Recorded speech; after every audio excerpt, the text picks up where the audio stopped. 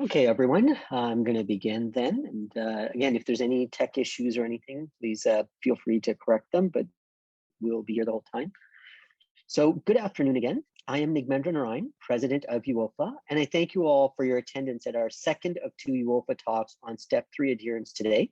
We have two panelists to speak to the law and ethics for Step 3 adherence. I begin with UWOFA's land acknowledgement.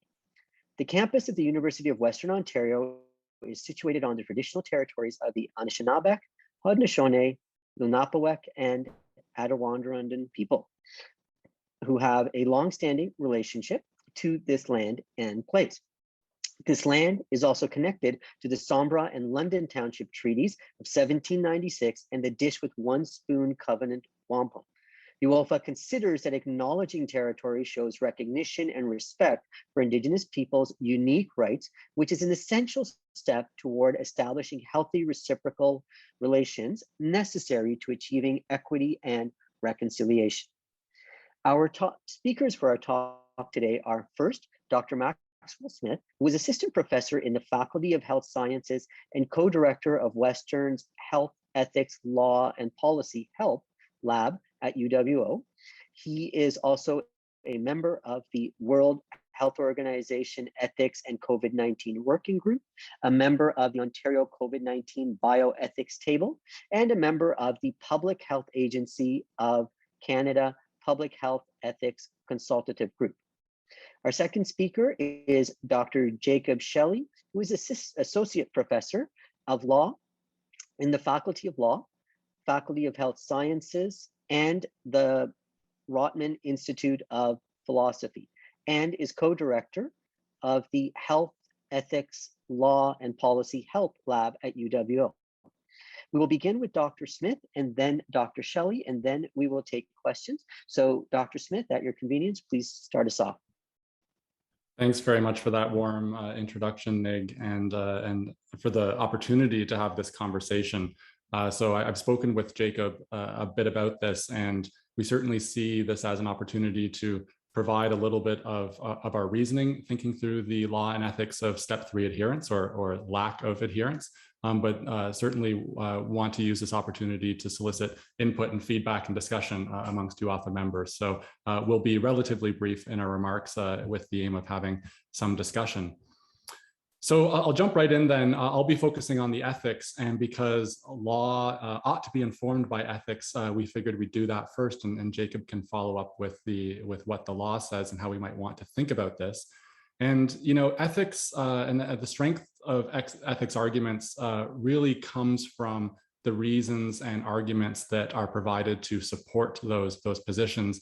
And so what I'm going to do in this talk is simply to examine some of the reasons, some of them that have been supplied by the university to not adhere to Step 3 and take advantage of the exemption afforded to them by the provincial government, and potentially some of the putative reasons that might be provided that they may not have explicitly communicated, but we might think supports their position, as well as examine some of the reasons we might think independent of what we've heard from the university, why we might think this is a good or bad idea. And once I'm finished, I certainly welcome everyone's input for additional reasons that I've not covered in any rebuttals of what I might have said. So really the reasons are going to proceed, I think, from those that can quite easily be dispensed with to those that might be a little bit more difficult to engage with and might have a little bit more to look at. And so the first reason, and this is something that we heard from the town hall that was held by Dr. Pritchard the other day, is that the regulation that was introduced in Ontario on August 31st exempts us from physical distancing.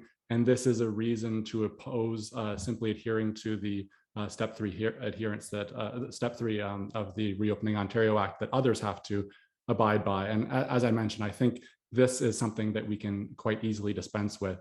So the response to this, I think, from just a general perspective, but also an ethics perspective, is that because we're allowed to, doesn't engage the actual reasons supporting the exemption. So this should be clear to everyone. We must interrogate whether the reasons for the exemptions are themselves compelling and whether Western ought to take advantage of the exemption for those reasons. And of course, it's worth noting that the exemption is the floor. Universities can do more. So we've seen this with Carleton, Windsor, and Waterloo. And Nig, you can let us know if there's other universities that have jumped into the fray there. But certainly we've seen that this isn't something that we must engage with and can in fact do more.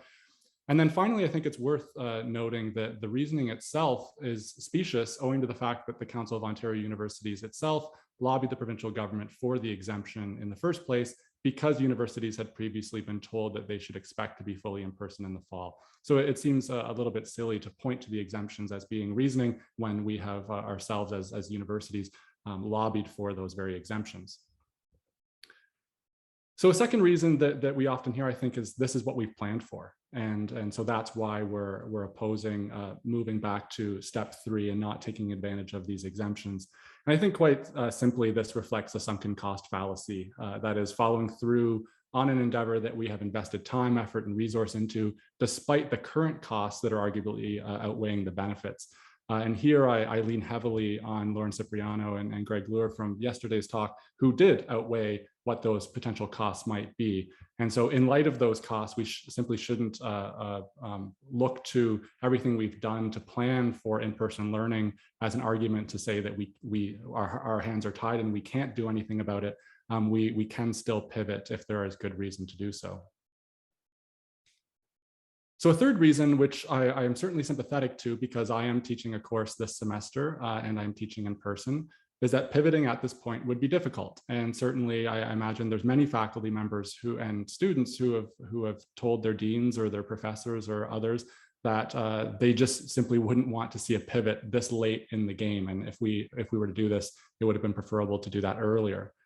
But of course, that it would be difficult and frustrating to pivot at this point does not in itself serve as sufficient justification to not do it. There may be compelling reasons to do difficult things because it's the right thing to do. And I hope in my response to some of the other reasons that we see that we might find it persuasive that it is the right thing to do to adhere to these step 3 measures that are put in place. So simply that it would be hard. I appreciate the challenge, but I think we could look to our faculties and faculty members and our students to see whether we might be up to that challenge because it is the right thing to do. So additionally, we might imagine a reason that it isn't certain that adhering to step 3 measures are necessary to avert significant adverse outcomes. And so it's a gamble to invest time and resources into pivoting at this stage. Now, we can look to the presentation yesterday and come to our own conclusions based on the best available evidence to say that this may be coming down the pike and there might be good reason to, but it isn't certain that it is coming down the pike and that moving to make sure that we have physical distancing and occupancy limits would be necessary to avert those outcomes. So we can imagine an argument that, moving at this stage and really changing direction right now would be a bit of a gamble. And I think that's right. It is a gamble. We're not certain, but choosing not to pivot is also a gamble. And instead of gambling with time and resources, which it would take to pivot, it's gambling with the health of our students, staff, faculty, and the broader community. And so we need to ask about which gamble is the one that we're willing to take, what are the odds, and what are we finding acceptable here. And I think from an ethics perspective, we can really rely on the precautionary principle here. And this is something that we've done a pretty poor job of doing in the pandemic response over the last year and a half, I think. And the precautionary principle says that when an activity raises threats of harm to the environment or human health, precautionary measures should be taken even if some cause and effect relationships are not fully established scientifically. So it's important to note, going back to the reason, it's not necessarily established for certain that we will see these harms to human health of our campus community and broader, but that need not serve as sufficient justification not to do it. If we want to act in accordance with the precautionary principle, precautionary measures should be taken even if those cause and effect relationships are not fully established. And importantly, in this context, the proponent of an activity, so the university who is wishing to not adhere to step 3, rather than the public or the faculty members or the students, bears the burden of proof to demonstrate that it would be safe, in fact, to proceed otherwise. And it's not clear that burden of proof has been met given what we've heard about the science.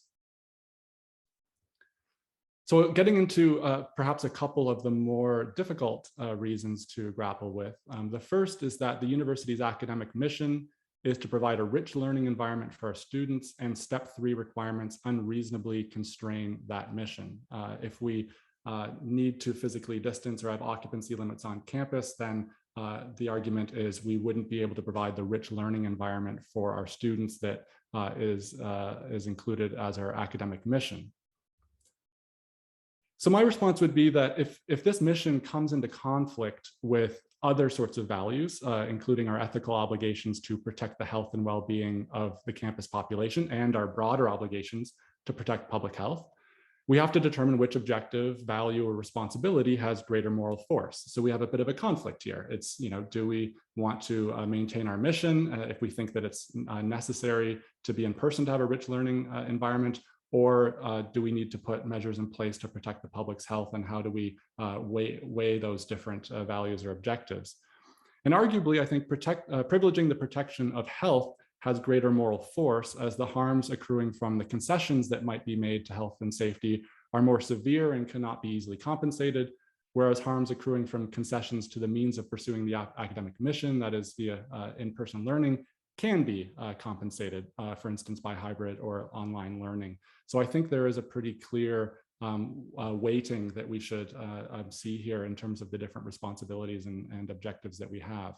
And I think it's also worth noting that failing to adhere to step 3 measures and not allowing physical distancing and occupancy limits may jeopardize the fulfillment of this academic mission anyway, if things become so severe that we need to either move online or adopt a hybrid model. And then finally, I think this is the most difficult one to engage with, because it really does represent a trade-off in values that we can expect people will come down on different sides on.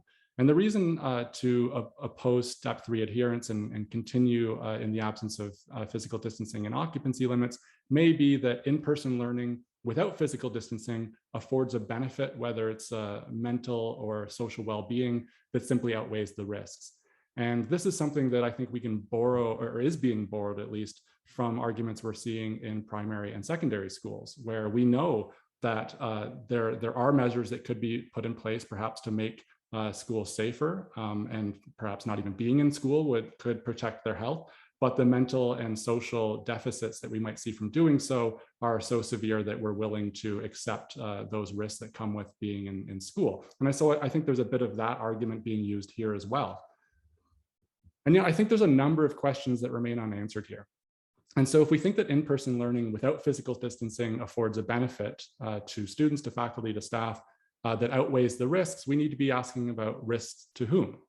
Are we talking about risks to students, to staff, to faculty? Are we talking about risks to only those on our campus who are most vulnerable? Or are we talking about the risks that the majority of us won't experience and be burdened by? Is that how we're doing this ethical calculus?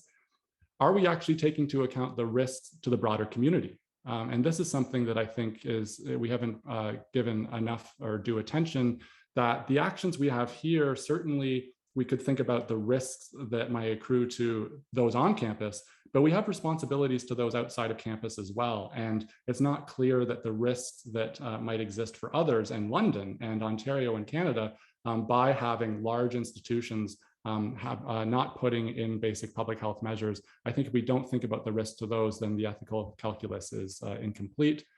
And I think, given what we've seen from Lauren and Greg's work, the prospect of closing schools and lockdowns, if we do not take certain measures, reducing our contacts, are very serious. And so it's curious what the risks of those states of affairs actually occurring, whether that's been taken into account and weighed against the benefits that are afforded for in-person learning.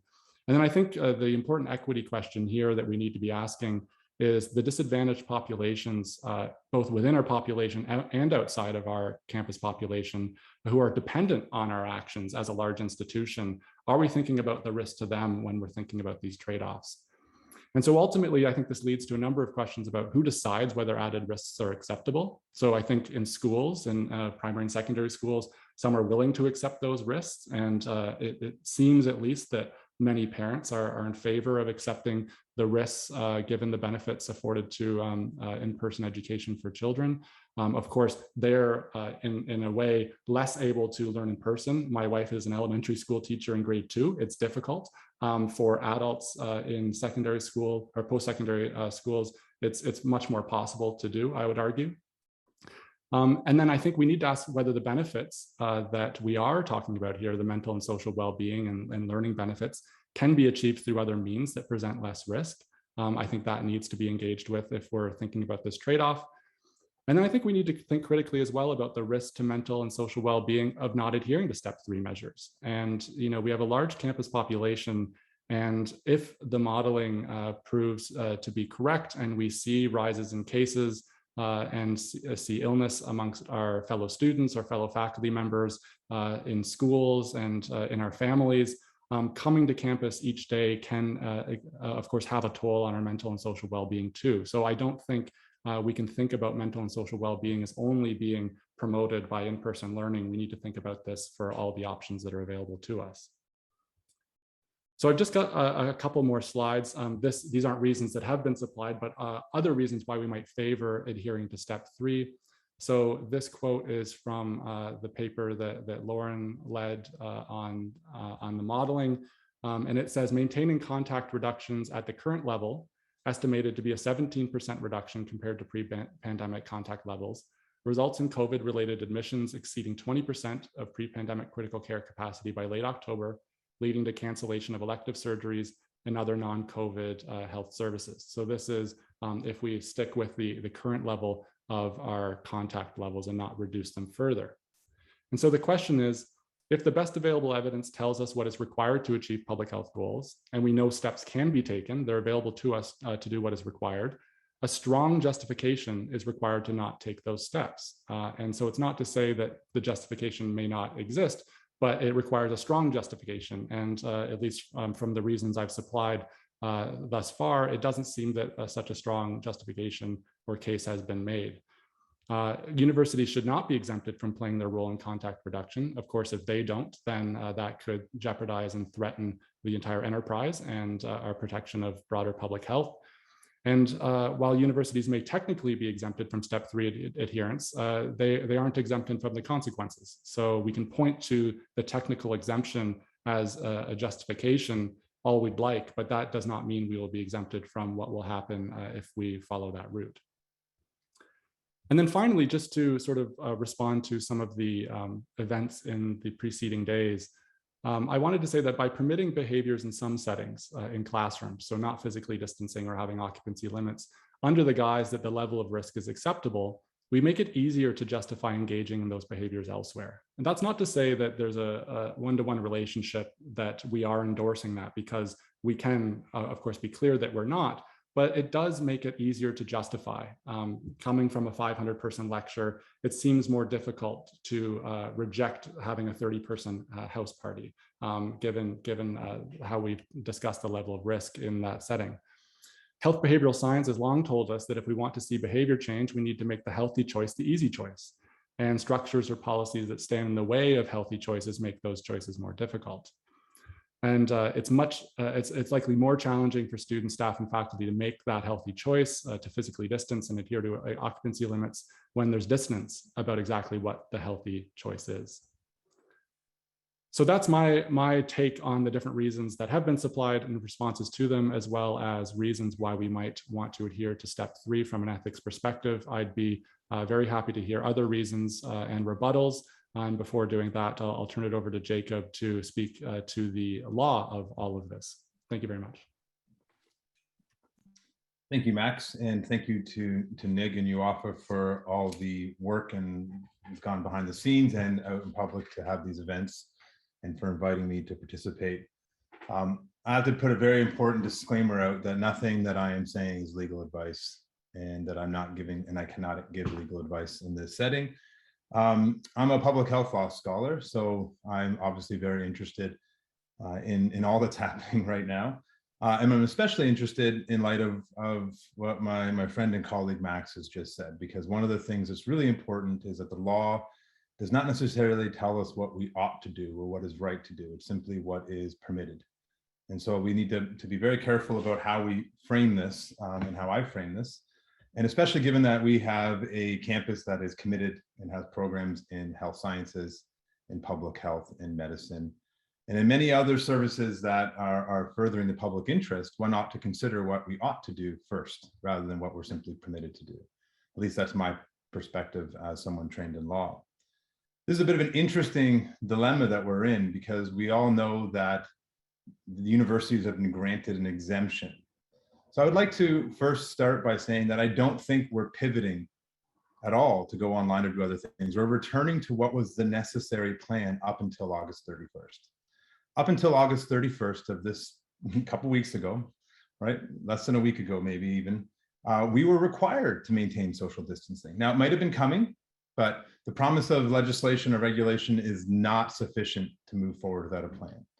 And even the promise that was made by this university and May to go back, and the idea that we're going to stick with it, wasn't permissible until August 31st. And so we've actually pivoted away from the plan unless there wasn't an actual plan. And I can speak to the stage 3 regulations, which I'd like to in a moment, but I also think it's really, really important to situate where we are prior to the pandemic. And that is under policy 3.1, which is our health and safety policy. This university has an ethical as well as a legal responsibility to do a couple of things. One is to provide a safe work environment, and that includes for our staff, colleagues as well, for TAs, for anyone that works on campus, in eateries and custodial work and parking lots, maintenance. We have a responsibility to ensure a safe work environment. Safety standards change, and policy 3.1, article 1 says the university is committed to keeping abreast of these changes.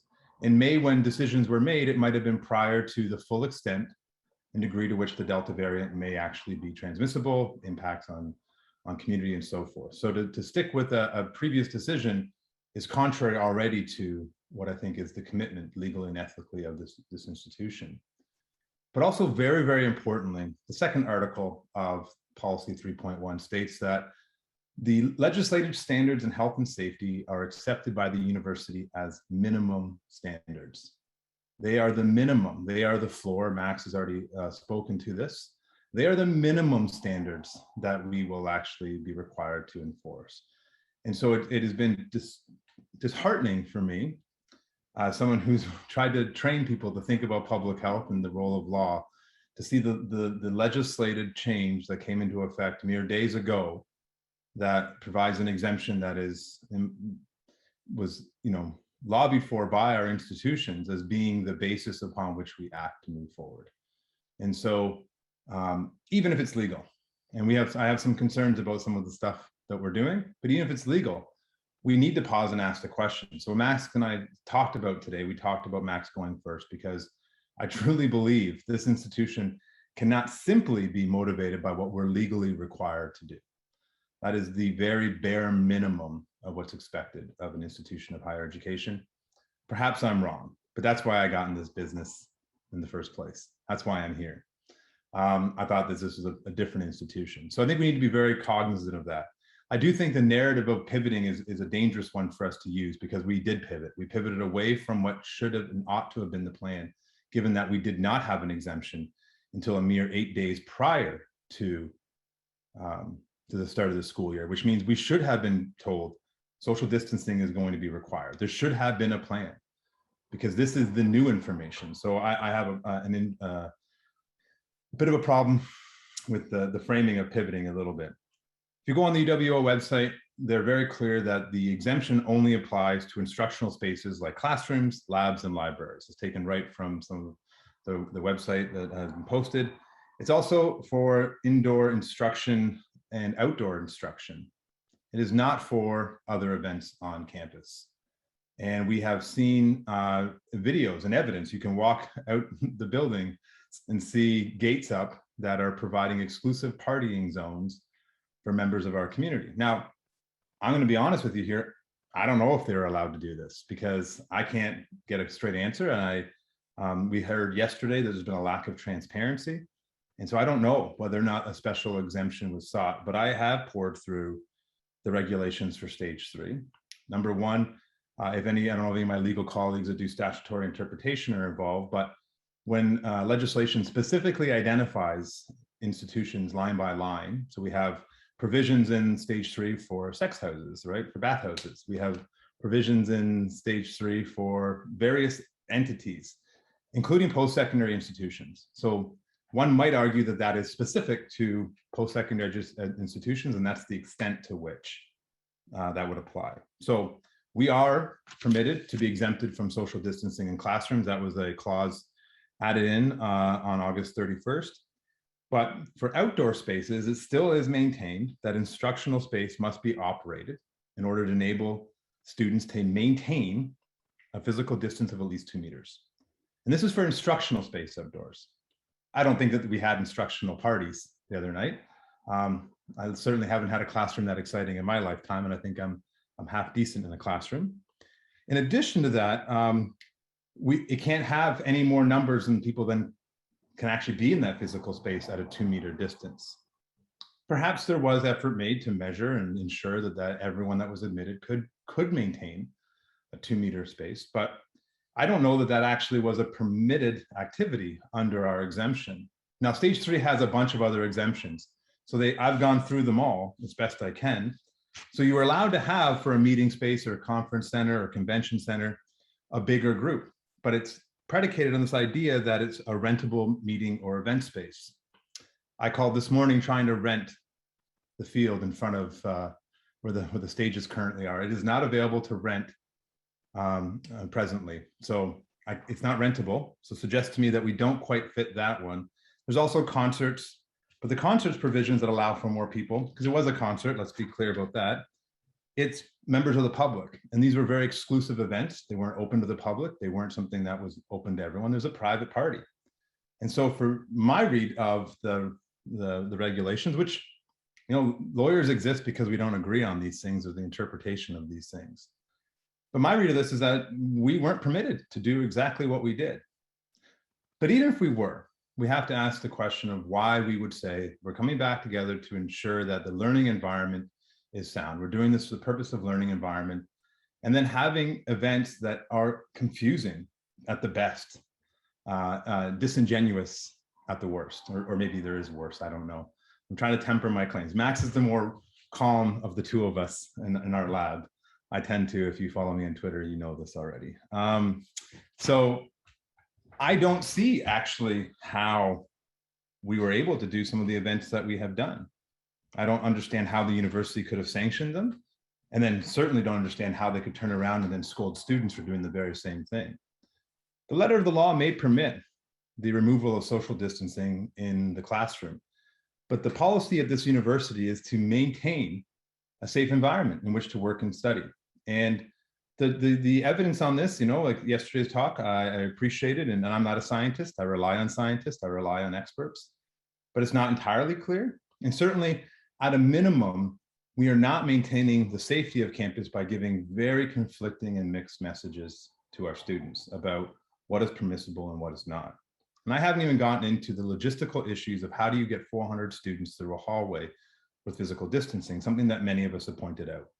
Nor have I gotten into the logistical issues of how do we have students all be on campus for classes where they can't go anywhere to eat except outside safely in the coming weeks as it gets colder. There's a bunch of other issues in this plan that legally permitted, and put into place by a government that we ought to question to begin with in terms of its competency in dealing with this pandemic. Legally permitted does not mean it's the right thing to do. Now, there's a whole bunch of other things I can say, but Max and I talked about leaving lots of time for questions, and I'm happy to turn it back to Nig to moderate that. Great. Wonderful. Thank you, Max, and thank you, Jacob. So at this point, just one thing to note for all our participants, that we are recording this event, so it will be fully put online, as was our previous talk. So questions can be put in the chat box, and we can present them to our distinguished panelists here, as well as, if you choose to, you can raise your hand using, as many of you already know, but just to reiterate, you hit the reactions button and you hit raise hand, and you'll come to the front of my screen, and then I can have you say your question, but it will identify you. I will probably end up saying your name, and your voice will be recorded as well. So if you're uncomfortable with that, then feel free to put your questions into the chat box, and we can open it up. I know, like many of you, I am left speechless at this point as well, but that doesn't mean that there aren't questions. So, if anybody would like to raise their hand, you're welcome to do so. If you would like to put your question in the chat box, that's fine. I'm perfectly happy to give, Jacob, you had said you might want to raise a few more points. So while we're waiting for folks to sort of digest and answer, pose some questions, if you'd like to go ahead and raise some of those other points you just wanted to bring across, please do. Yeah, I'm in an interesting position because I'm currently on sabbatical and don't have to teach this term or next. And I would refuse to teach if I was teaching this term for two reasons. Number one, I teach public health law. I cannot, and medical law, I cannot in good conscience and with integrity walk into a classroom where I feel that we're violating the very laws that I'm teaching and trying to get them uphold and proceed. I feel like that's a conflict for me professionally, personally, and it's not a line I'm willing to cross. That being said, that's easy for me to say because I'm actually having to make a decision. But for those of you that are worried, our employer has an obligation to ensure your health and safety. I'm not an occupational health and safety lawyer. I don't do labor law. I cannot advise you. But there are many people that are concerned about the safety. And your safety concerns are legitimate. You're allowed to have safety concerns, and they cannot simply be dismissed by an employer because they don't want to hear them, nor can they simply be dismissed because they're permitted to do something. There may actually be requirements to go above and beyond what is permissible, particularly if there are nuances that may be particular to your instance or your case. And we've seen this in other institutions across this country and others where people are put into a position where they are forced to either comply or quit. And in law, that is often called constructive dismissal. That's its effect being fired. Now, your circumstances, your contexts are specific.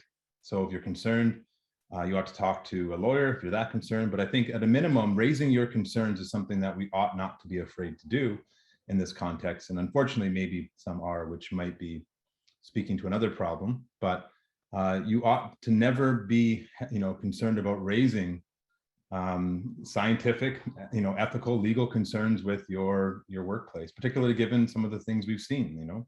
Our plexiglass is pretty effective for an airborne transmissible disease. So, our masking may not be adequate, as we heard yesterday. So there's lots of things that we need to be aware of and to not be afraid. You're protected under legislation to question your employer. Okay, thank you, Jacob. So we have a raised hand. So Johanna, if you'd like to go ahead. Thanks very much for your comments. I was really struck by the sense of how confusing this is for students in particular who may be encountering very different environments as they move from class to class to class and hallway to class to some other space. Because, for instance, my class, just by luck and chance, is large enough, the room's large enough that it is under 50% capacity. So I feel great on that front and think, great, we're complying, even though the university has said we don't have to. But so I'm just curious about what the two of you might recommend for how we discuss this with students and try to explain why there may be a lot of differences or contradictions from their point of view. I guess any advice on approaching that would be really helpful. So I'm happy to start, and thanks, Joanna, for the question. I think first and foremost, if you believe that there are contradictions and you believe that there is no way to smooth those out and it's not coherent, then I think it's fair to have those conversations with our students.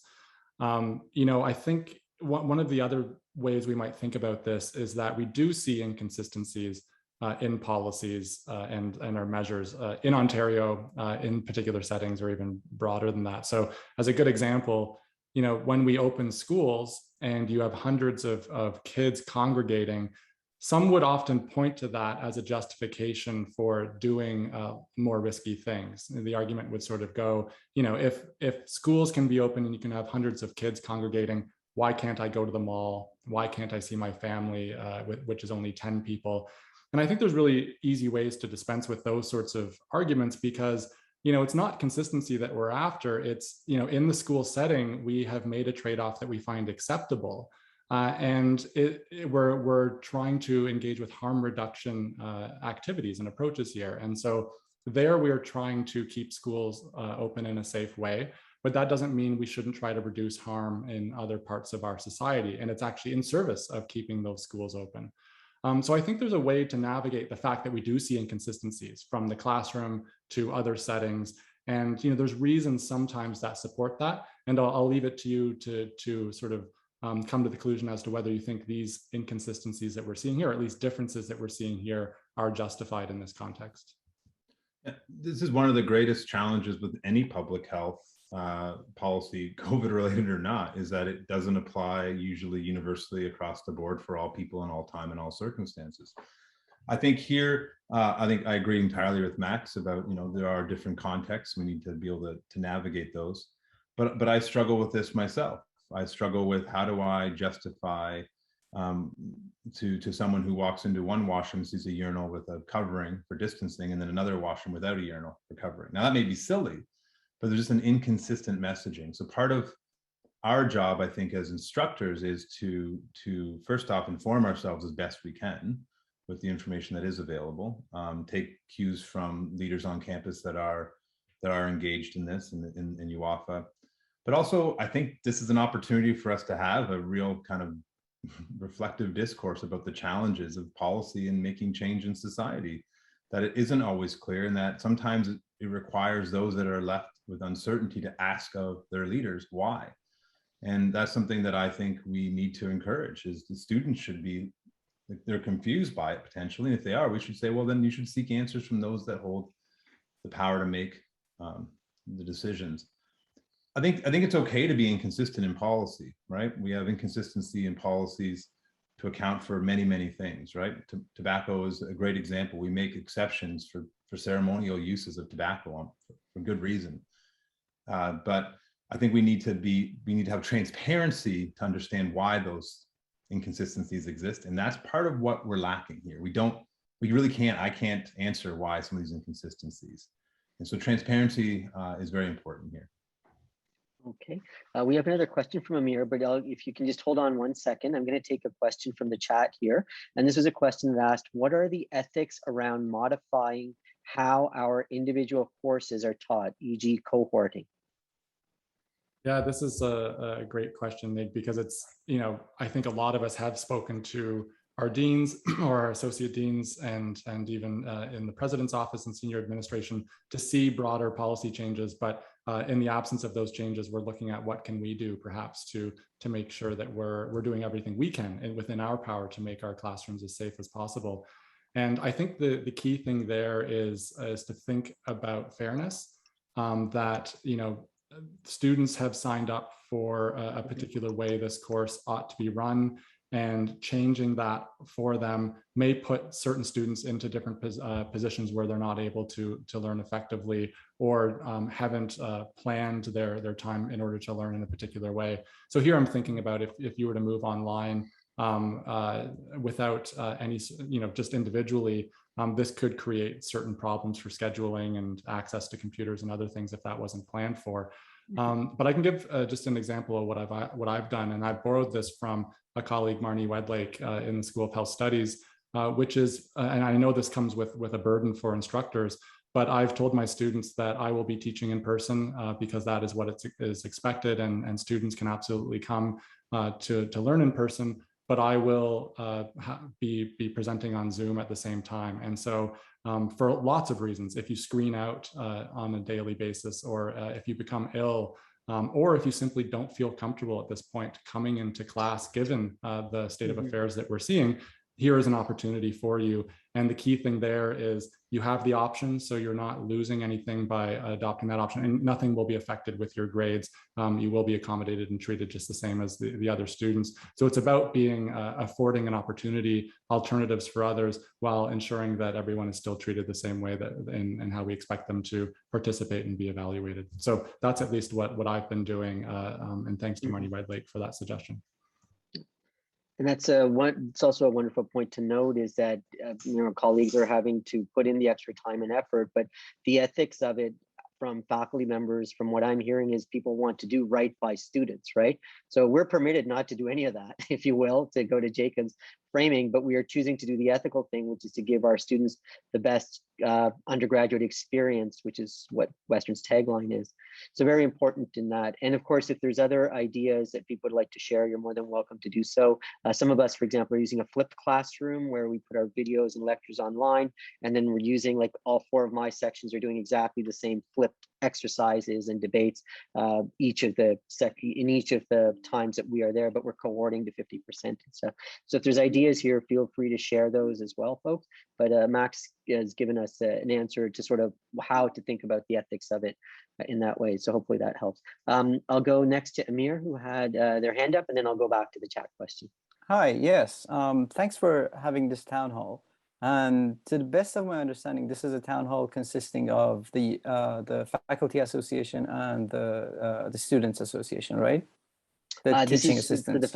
It's the Faculty Association, but we had made it available when we had sent it out, so others were also able to pop in. We may have some staff members and others. So we're looking for a broad conversation, most importantly, and we have experts here who have been speaking broadly in the public as well. Okay, that's very good. So the question that I have is actually a very broad question, and that is regarding the policies that the university has put forward and the associations, with no regard, with utter disregard to the students and to their members, have gone along with it.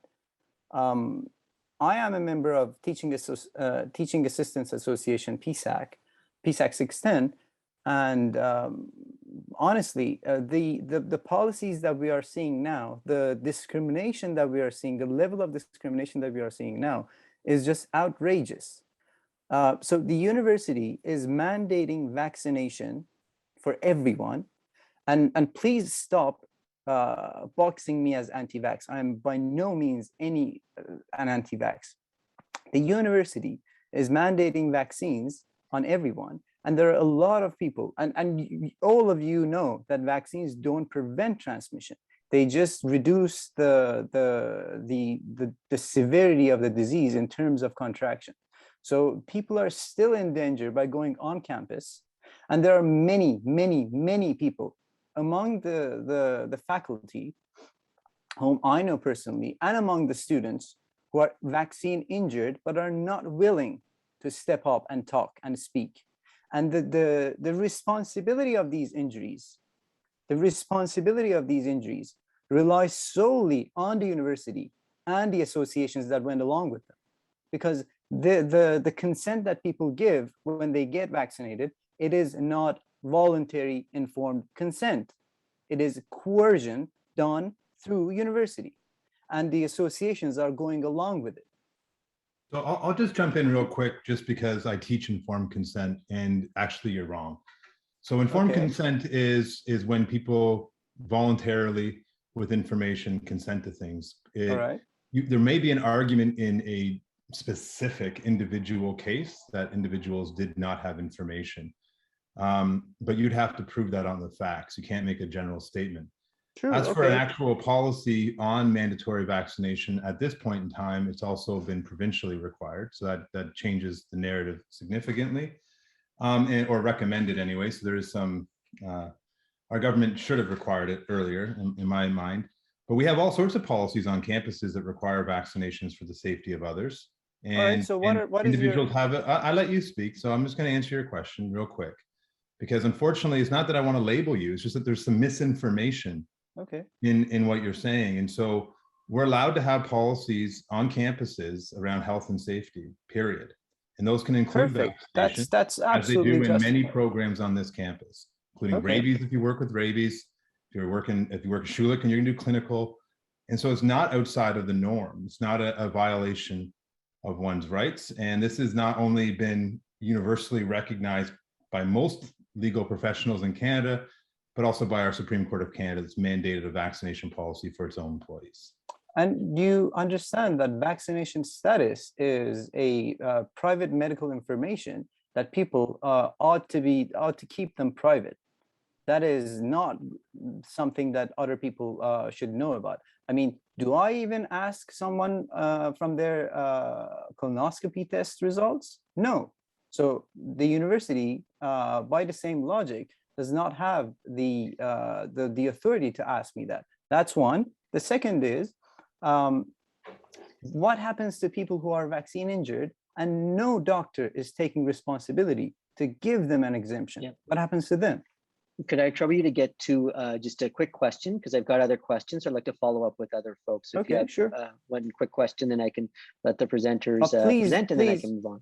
Please Yep. don't ignore that there are people being discriminated against only because they're vaccine injured, and their voices are not being heard by anyone, neither the medical establishment, neither the university, neither their associations. So Nig, I can Thanks just for your input. Go ahead. I can Matt. respond very quickly just to say that, of course, our privacy rights aren't absolute, and there's many instances in which we would accept constraints on our privacy for the good of public health. And to your other point, I would defer to the Ontario Human Rights Commission, who in fact says that vaccine requirements in situations like on campus can be pursued without discrimination, so long as there are provisions to accept objections based on medical or creed grounds. So I think we can look to the experts in human rights law who have expertise in human rights, who have been quite firm about the acceptability of these sorts of policies. Thanks, Nick. Great, thank you, Max. So the next question from the chat was, do you sense the university is relying on the fact that we are all, or nearly all, double vaccinated, therefore spacing isn't an issue because we are protected by vaccines? Yeah, I think that certainly plays a role. And, we do have, I mean, I think Western should be lauded for a lot of the measures it's put in place to keep our campus safe. We're looking at particular measures that haven't been put in place that we think ought to be. But in fact, I have colleagues in the United States at US institutions who aren't fighting for vaccine mandates, they're fighting for mask mandates. So even having masks universally on campus is a fight in some institutions. So I think we can rely on the effectiveness of our vaccines and the effectiveness of our masks, and accept that that does significantly reduce the risk. The challenge is when, where I think this reliance becomes problematic, is where you see leaders from the scientific community, including the Ontario Science Advisory Table, saying that it is critical to reduce our contacts, to maintain physical distancing and maintain occupancy limits, and to have large institutions saying we're exempted from these basic public health measures. It sends the wrong signal, and it certainly doesn't contribute to the public health actions that we think are necessary in order to avoid negative outcomes like lockdowns and school closures. I also think it's really important from a perspective of those of us that work in communities and work to have our impact felt beyond the borders of our campus, is that we're not in a bubble. So when the NHL or NBA or other sports leagues have had bubbles where they were isolated within themselves, that's one thing. And vaccinations are going to be useful for our students out and about. But if they are potential vectors of transmission, we are increasing the possibility of having more transmission in society to those that aren't vaccinated. And that includes those that cannot be, because either they're ineligible or for the legitimate, very narrow medical exemptions that exist, or for those that choose not to be. And I think we still owe them to do our utmost to ensure that even though we may be safe, and this is part of the challenge of public health and the difficulty, public health is not about individual consequences. We think about the collective. And so I think it is important to recognize that we are doing outstanding if in fact the rates are as reported. Like, that's fantastic. And we should be happy with the mandates that we've been able to have early on. But it doesn't mean we've done a sufficient amount of things to prevent transmission to the best of our ability. And given that universities sought the exemptions, it makes it a little bit rich to say that we should be able to rely on them. Thank you very much. So I'll take another question from the chat, and then I'll go to the person who's raised their hand. A question was asked about the ethics of singling out students for not masking. This person in particular, after posting the announcement that we're asked to post in front of classes to mask, to not drink, and et cetera, and so forth, and all those other things, found that people were still removing masks to drink, or trying to drink underneath the mask, I guess, as well as simply, chit-chatting, taking masks on and off. So the concern here is, how can we engage in that sort of corrective behavior without singling out students, which unto itself poses another ethical dilemma about trying to keep somebody in a group environment and not singling out. So what are your thoughts on that? What would you recommend? I think there's a couple things we could do. So I had my first class yesterday, and as encouraged, I had 3 slides that really meticulously went through the expectations that we have in class. And I expect that I'm going to do that at the beginning of every class to remind that, even if it's not top of mind, these are things that we expect of everyone to keep each other healthy and safe. I totally get that it's uncomfortable to single out a particular student. And, thinking about myself in that same situation, I know that it would be tough to do so. The thing that I think we can do it in a respectful way, of course, and I think we can point to these are the requirements, and you might not feel uncomfortable being in class without a mask. You might feel comfortable in certain situations, but the fact of the matter is we need to think about everyone's safety, and this is what's required for their safety. My worry is that you can, I think, be sure that there are others in the classroom who are noticing that behavior and have concerns themselves and are in far less of a position of power to speak up and feel even far more uncomfortable probably to speak up to have that behavior corrected. And so unfortunately, because it does put us in a difficult position, I do think this puts us in a position where we need to enforce these sorts of policies because our students can't. And we know that a lot of them would feel the same way.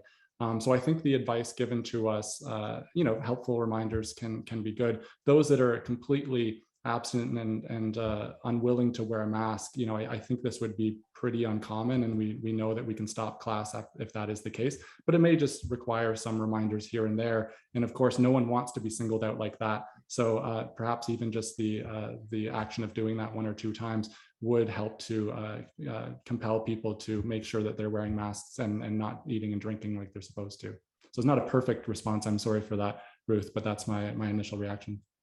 Yeah, I don't envy the policing or the oversight that instructors are going to have to take, particularly those that may be in contract or sessional positions who don't have the same stability as some of us that are tenured or in tenure stream. And the same sort of maybe influence in our faculties. And so I agree with Max that I think that it's important to do, though. To me, this is classroom management issues I struggle with outside of the pandemic, with talking and other things and learning how to navigate. But I think it can be, and this may speak to Joanna's question earlier about consistency, about reminding people at the beginning of every class that we're going to wear masks for these reasons. And I think providing, Max started this by saying justifications matter. And I think if we just say you have to wear your mask, students will be like, well, I have to wear my mask, whatever. If we have to wear your mask because there are students in this classroom that might feel uncomfortable, that might be exposed to specific risks or may have specific concerns, then there's more of a justification that at least if someone's going to ignore, there's a little bit more substance that they have to consider than simply being told what to do. And obviously this is going to be a very difficult thing for instructors to do. But if you are having this problem and it's consistent, this is also where, we have administrators in the policy 3.1, it's the responsibility of our deans and our directors to ensure the safe environment. And so if you're having an instance where students are not, then I would suggest you ask your dean to come and speak to your class on behalf of the faculty. And there are other measures that can be taken. None of them are comfortable, none of them are fun. And that's one of the unfortunate parts right now, is that wouldn't matter what policy was put into place, enforcement is always going to be an issue, and compliance is always going to be an issue. Great, thank you very much for that. So I have a hand up, Jing Bai. Please go ahead. Yes, thank you. Here, I think I heard some concern maybe from the people whether get vaccine or not. But I think the main problem here is that whether the vaccine will work or not, and whether we should force everyone to go to campus. So maybe that is the biggest problem. So I think whether people, if they have the freedom to choose have a course online or on campus, that is a better way. So whether you want to get vaccine, whether you want to get a mask. So if you don't want to go to gather people, if you don't want to get vaccine, or if you don't want to wear the mask, just choose the online courses. I think that will solve most of the problems, rather than we just here to struggling whether we should force people get the vaccine, whether should force students to get masks. So we should provide more options to the students and the teachers here. So I think that is maybe something we can discuss here, rather than other things. So I'm sure what's about your expertise opinions. Okay. So I guess the query here is the more availability of the online options for those that would need it for various reasons. What are your thoughts on the ethics of making more of that available? Yeah, so I think So I'm happy to start, Jacob, and then you can riff off what I say. But I think there's a bit of a concern from administration, and I get it, that at some point, if we continue to afford everyone with accommodations, whether it's learning online or working remotely, that we'll reach a point where it becomes illegitimate or not justified to do so, right? So if it is safe to be back on campus, I think administration wants to be able to say it's expected that you come to campus. And you could imagine for years and years, people saying that they simply don't feel comfortable and can you accommodate me? And administration may become a little bit worried about where the line ought to be drawn about that. And I get that. I get that that's a concern. It's just very clear that that's not where we're at now, right? There are bona fide reasons to be concerned about what we're doing, not necessarily just for your own personal health, but as an institution trying to be a key player in how we respond to this pandemic. And so I think, it does look like best practice at this point to be accommodating where it's reasonable to accommodate. And I get that it comes with logistical challenges, but working remotely at this point still seems rather reasonable given the cases that we're seeing and the threat that Delta poses, and having models of classroom instruction that are hybrid and allow for flexibility also make a lot of sense and should probably be the default rather than picking a lane of either in person and online and sticking with it. Okay, thank you. Yeah, I really have nothing to add to that. I agree that it's complicated, and I as much as I've been a thorn in the side, these are not easy problems to solve in any regard. This is a giant campus with a big community and many considerations, but I think accommodating in this particular time isn't going to set a precedent forever. This is exceptional circumstances, and I think we can operate under that. But I'm not in charge of making decisions. I'm just so I don't know why. The decision to go on face-to-face has motivated many institutions across this country to maintain that course of action. So. Yeah. And I guess just to add on to that, what we're talking about is how one can do it safely to go face-to-face.